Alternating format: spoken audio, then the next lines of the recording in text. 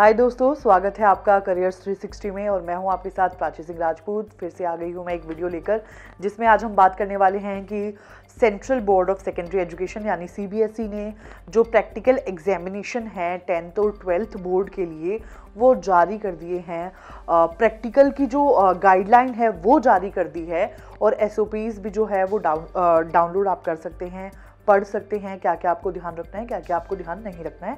तो आप इस वीडियो में ये सारी चीज़ें जो है वो जान सकते हैं। तो शुरू करते हैं देर ना करते हुए, लेकिन उससे पहले आपको बता दूं कि करियर्स 360 की वेबसाइट जो हमारी है उस पर हम लाइव ब्लॉग चलाते हैं, खबरों से रिलेटेड, छोटी हो या बड़ी हो, करियर्स और एजुकेशन की आपको जो भी यूज़फुल लगे आप उसकी पल पल अपडेट यहाँ से ले सकते हैं। तो चलिए हम बात करते हैं अपने मुद्दे की। तो सबसे पहले शुरू करते हैं कि जो सीबीएसई की वेबसाइट है, जैसे कि आपको पता है कि जो ऑफिशियल वेबसाइट है, सबसे पहले आपको इस पर जाना है cbse.gov.in पर आपको जाना है। उसके बाद आपको होम पेज यहाँ पर दिख जाएगा और होम पेज दिखने के बाद आप देख सकते हैं कि जो लेटेस्ट @CBSE यानी कि जो भी लेटेस्ट इन्फॉर्मेशन है वो आपको डिस्प्ले करेगी और आप देख सकते हैं कि guideline and SOPs for practical examination 2025 यानी कि जो भी गाइडलाइंस है प्रैक्टिकल एग्जामिनेशन के लिए, एसओपीज हैं, वो सारी यहाँ पर दी हुई हैं। तो इस वाले जो ऑप्शन है यहाँ पर, इस वाले लिंक जो दिया हुआ है उसको आपको क्लिक करना होगा। लिंक क्लिक करने के बाद आपको जो पीडीएफ फॉर्म है वो गाइडलाइंस और एसओपीज़ का वो डाउनलोड हो जाएगा। तो आप देख सकते हैं कि जो गाइडलाइन और एसओपीज़ हैं वो पीडीएफ फॉर्म में दी हुई है। प्रोसेस मैंने आपको बता दिया है। इसके अंदर क्या क्या है वो हम बात कर लेते हैं। आप देख सकते हैं कि जो नोटिफिकेशन की डेट है वो क्लियरली मैंशनड है यहाँ पर। 2 तारीख को जो प्रैक्टिकल एग्जामिनेशन का जो चीज़ें हैं वो 2 तारीख को 2 दिसंबर को जारी की गई थी। उसके बाद में आप देख सकते हैं कि ये इन्फॉर्मेशन दी हुई है और इसके बाद में यहाँ पर है कि गाइडलाइंस जो है, तो आप देख सकते हैं कि गाइडलाइंस यहाँ पर दी हुई है। सबसे पहले तो जनरल आपको बताया गया है कि यहाँ पर दिया हुआ है कि जो प्रैक्टिकल एग्जामिनेशन है वो सीबीएसई की गाइडलाइन के अकॉर्डिंग ही होंगे, उसके अलावा कोई भी गाइडलाइन फॉलो नहीं की जाएगी। और जो भी गाइडलाइन है यहाँ पर क्लियरली मेंशन है cbseacademic.nic.in पर ही आप पढ़ सकते हैं। और इसके बाद में यहाँ पर दिया हुआ है कि जो भी करिकुलम है, जो भी डॉक्यूमेंट है, सारी चीज़ें एग्जामिनर को वेरीफाई करनी होगी। इसके बाद यहाँ पर दिया हुआ है कि डेट ऑफ कंडक्ट यानी एग्जामिनेशन जो हैं, प्रैक्टिकल एग्जामिनेशन की हम बात कर रहे हैं, वो कब कंडक्ट होने वाले हैं। प्रैक्टिकल एग्जामिनेशन, प्रोजेक्ट और इंटरनल असेसमेंट्स। तो यहाँ पर दिया हुआ है कि विंटर बाउंड स्कूल जो हैं यानी कि सर्द इलाके जो हैं वहाँ पर 5 नवंबर से लेकर 5 दिसंबर तक यहाँ पर डेट दी हुई है कि 5 दिसंबर तक ही कंडक्ट किए जाएंगे। और आप यहाँ पर दिया हुआ है कि ऑलरेडी ये जो है वो नोटिफिकेशन के ज़रिए सीबीएसई बता चुका भी है। इसके बाद में जो रेगुलर सेशन स्कूल्स हैं, जो कि रेगुलर सेशंस वाले स्कूल हैं, उनके लिए 1 जनवरी से लेकर 2025 से लेकर 14 फरवरी तक की जो डेडलाइन है वो यहाँ पर मेंशन की गई है। इसके बाद यहाँ पर दिया हुआ है कि जो कोई भी अगर चेंज होगा तो प्रैक्टिकल एग्जामिनेशन की डेट में, तो बोर्ड जो है वो नोटिफाई आपको स्पेशली नोटिफिकेशन के ज़रिए आपको नोटिफाई करेगा। इसके अलावा अगर बोर्ड ने कोई नोटिफिकेशन नहीं दिया है, उसके अलावा कोई भी चेंजेस जो है वो बोर्ड जो है वो मान्य नहीं करेगा। तो ये जो है वो फाइनल डेट्स हैं, कोई चेंजेस होंगे तो आपको बता दिए जाएंगे। इसके बाद में आपको दिया हुआ है कि जो अपलोडिंग ऑफ मार्क्स है यानी कि मार्क्स जो अपलोड होंगे असेसमेंट के बाद, उसकी डेट्स दी हुई है। तो यहाँ पर क्लियरली मेंशन है कि जो मार्क्स हैं वो 1 से 14 के बीच में जो प्रैक्टिकल होने वाले हैं 1 जनवरी से लेकर 14 फरवरी तक। उसके बाद में जो अपलोडिंग ऑफ मार्क्स है, जो लास्ट डेट होगी उस लास्ट डेट तक ही आपको जो अपलोड करने होंगे वो मार्क्स अपलोड करने होंगे एग्जामिनर्स वगैरह को, उसके बाद आप नहीं कर सकते हैं। और इसके बाद में यहाँ पर पॉइंट दिया हुआ है कि इंश्योरिंग एरर फ्री अपलोडिंग, जो आप अपलोड कर रहे हैं, जो एग्जामिनर्स मार्क्स या जो भी है वो अपलोड कर रहे हैं वो बहुत केयरफुल होकर करना होगा, क्योंकि करेक्शन जो है वो अलाउड नहीं है।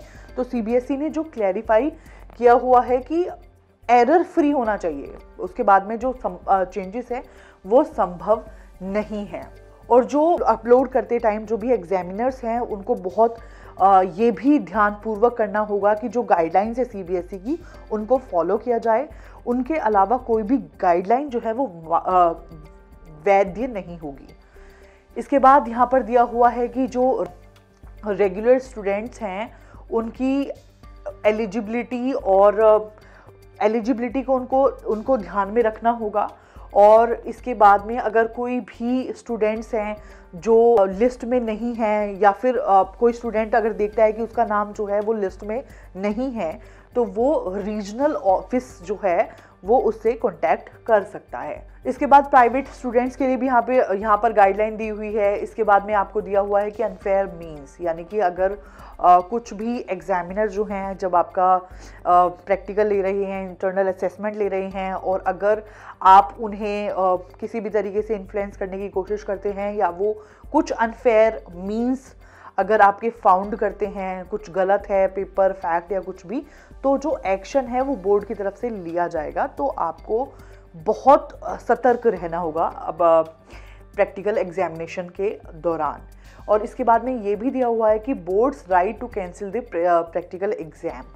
अगर किसी भी केस में अगर जो बोर्ड है वो कुछ भी अगर ऐसा अनईजी पाता है या कुछ गलत पाता है, तो बोर्ड के पास ये राइट है कि वो कैंसिल कर सकता है प्रैक्टिकल एग्जामिनेशन। उसके बाद में वो दोबारा कंडक्ट करा सकता है। यानी कि ये कम्प्लीटली जो यहाँ पर अथॉरिटी है वो बोर्ड रहेगी। बोर्ड के अकॉर्डिंग ही आपको सारी चीज़ें कंडक्ट करानी पड़ेंगी। और यहाँ पर दिया हुआ है कि विंटर बाउंड स्कूल भी हैं उनको भी जो गाइडलाइंस है सीबीएसई की उनको भी फॉलो करनी पड़ेगी। इसके बाद दिया हुआ है कि यहाँ पर पेमेंट का दिया हुआ है, जो जितना भी जो पेमेंट होगा वो आईपीएस के थ्रू ही पेमेंट करना पड़ेगा। और उसके अलावा कोई पेमेंट जो है वो एक्सेप्टेबल यहाँ पर नहीं होगा। इसके बाद ऑप्शन दिया हुआ है यहाँ पर कि नॉन डिस्क्लोजर ऑफ मार्क्स, यानी कि जो जितने भी स्टूडेंट्स हैं उनको जो भी प्रैक्टिकल में, इंटरनल में जो भी एग्जामिनेशन के उनके मार्क्स हैं वो पहले आप नहीं बता सकते। जो भी डेट डिसाइड है, लास्ट डे जो भी अनाउंसमेंट की डेट है उसी पर आप बता सकते हैं। उससे पहले किसी भी सर्कमस्टेंसेस में आप रिवील नहीं कर सकते हैं। और यहाँ पर आप देख सकते हैं कि क्लास 10th और 12th के लिए अलग अलग इंस्ट्रक्शंस दिए हुए हैं। तो स्पेशली जो क्लास 10th के लिए है वो बात कर लेते हैं। सबसे पहले अपॉइंटमेंट ऑफ एक्सटर्नल एग्जामिनर। यहाँ पर दिया हुआ है कि 10th क्लास के लिए कोई भी एक्सटर्नल एग्जामिनर जो है वो हायर नहीं होगा, इंटरनली ही होंगे। इसके बाद आंसर बुक फॉर प्रैक्टिकल्स है। जो प्रैक्टिकल आंसर बुक्स होंगी वो बोर्ड प्रोवाइड नहीं करेगा, स्कूल जो है उसी को अपने सारे अरेंजमेंट्स करने होंगे।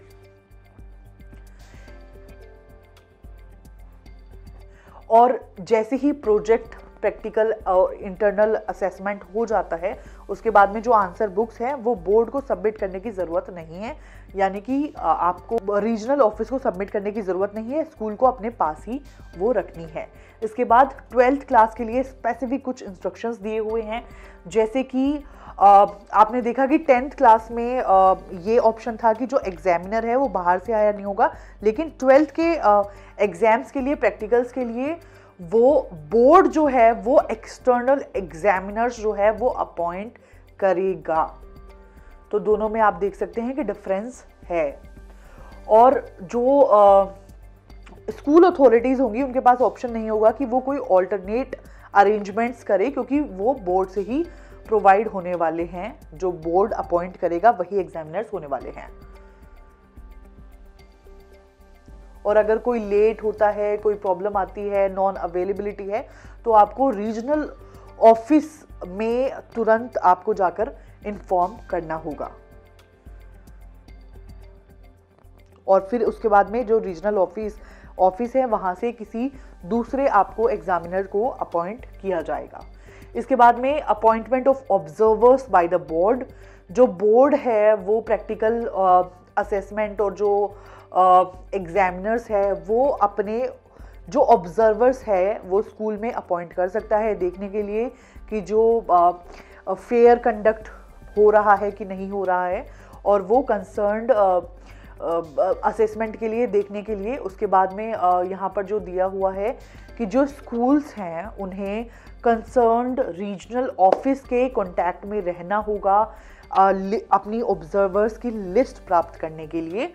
इसके बाद यहाँ पर दिया हुआ है इंश्योरिंग प्रेजेंस और अवेलेबिलिटी ऑफ एक्सटर्नल एग्जामिनर्स, और जो स्कूल है उसको इंश्योर करना होगा एक्सटर्नल एग्जामिनर्स और ऑब्जर्वर्स की जो भी आपके प्रैक्टिकल के डेज होंगे, प्रोजेक्ट के डेज होंगे, उन पर आपको अवेलेबिलिटी जो है वो खुद ही चेक करनी होगी। और ये स्ट्रिक्टली दिया हुआ है कि जो अपॉइंटमेंट होगा वो बोर्ड के थ्रू ही होगा। और यहाँ पर दिया हुआ है अपॉइंटमेंट ऑफ इंटरनल एग्जामिनेशन और एक्सटर्नल एग्जामिनेशन, एग्जामिनर के साथ में इंटरनल एग्जामिनर भी होगा जो पॉलिसी दी हुई है। और जो स्कूल है वो अपॉइंट कर सकता है इंटरनल एग्जामिनेशन जिसके पास एक्सपर्टीज हो, एक्सपीरियंस हो, जो उस लायक हो। इसके बाद में जो ऑर्डर है वो स्कूल प्रिंसिपल जो है वो ऑर्डर जो है वो स्कूल का जो प्रिंसिपल है वही ऑर्डर जारी करेगा, जिसमें डिटेल्स होंगी, ड्यूटीज़ और रिस्पॉन्सिबिलिटीज़ होंगी एग्जामिनर्स की। इसके बाद में यहाँ पर दिया हुआ है inspection of laboratory and equipment by external examination.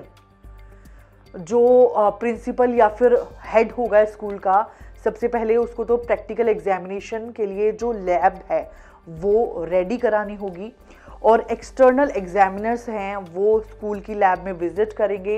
At least एक दिन पहले वो विजिट करेंगे, वहाँ पर इंश्योर करेंगे कि जो इक्विपमेंट्स हैं, मटेरियल्स हैं, वो सारे सही हैं, अरेंजमेंट सही हैं कि नहीं है।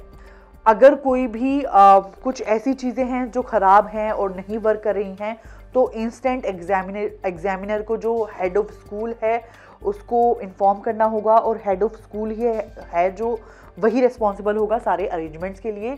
इसके बाद में यहाँ पर दिया हुआ है बैच, ग्रुप और साइज़। जो बैच का ग्रुप होगा तो स्कूल जो है, स्कूल को बैच क्रिएट करना होगा 30 स्टूडेंट्स का हर एक सब्जेक्ट में। मोर देन 30 जो हैं वो अलाउड नहीं होंगे। 30 बच्चों को एक साथ प्रैक्टिकल और प्रोजेक्ट असेसमेंट के लिए अलाउ किया जाएगा।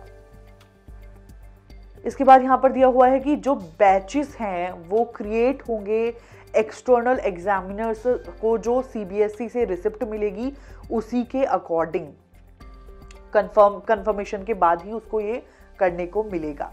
इसके बाद में यहाँ पर ये भी ऑप्शन दिया हुआ है कि स्कूल जो है वो 30 बैच के स्टूडेंट को स्प्लिट भी कर सकता है 15-15 में, ये उसके ऊपर डिपेंड करेगा।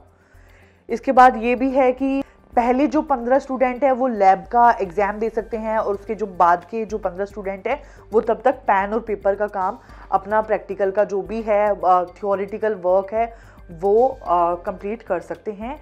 इसके बाद में जो कंप्लीट बैच होगा 30 स्टूडेंट का, वो सेम डे पर आ सकता है अगर उसका प्रोजेक्ट असेसमेंट है तो ये आपको चीज़ें जो हैं वो केयरफुल होनी है।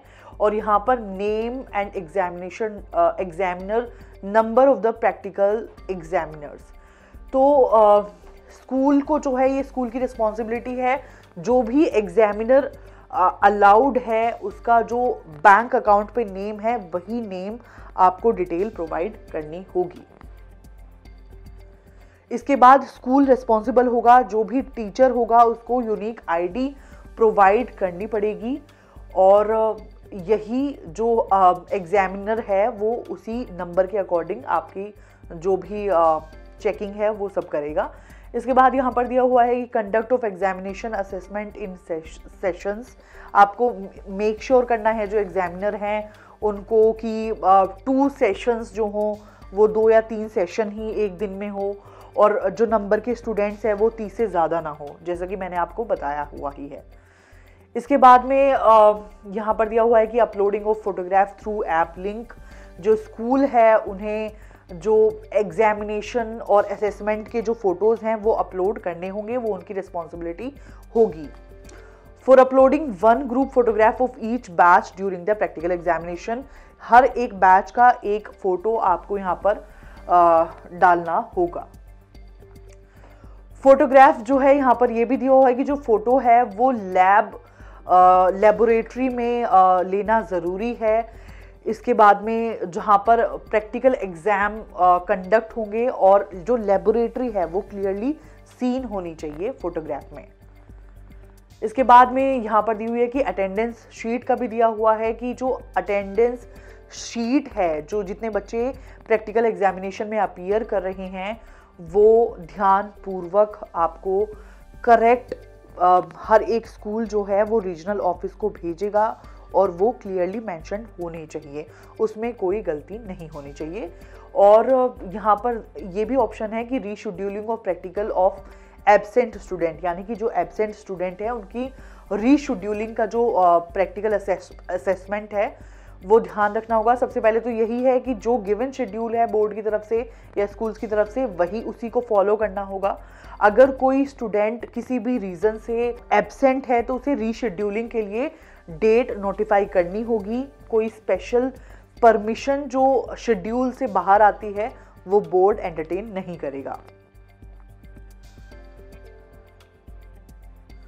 और अगर कोई बच्चा नहीं आता है तो उसे एब्सेंट मार्क करना होगा ऑनलाइन सिस्टम में, और उसका जो भी रीज़न है उसके बाद में अगर उसका रीशेड्यूल करानी है डेट तो वहाँ पर रीशेड्यूल भी लिखना होगा। तो ये सारे जो इंस्ट्रक्शंस हैं वो फॉलो करने हैं जो भी 10th के बच्चे हैं या 12th के बच्चे हैं। तो ये आई होप जो मैंने आपको इन्फॉर्मेशन दी है वो आपके लिए बहुत काम आने वाली है। तो ऐसी और वीडियोज़ के लिए आप देखते रहिए करियर्स 360।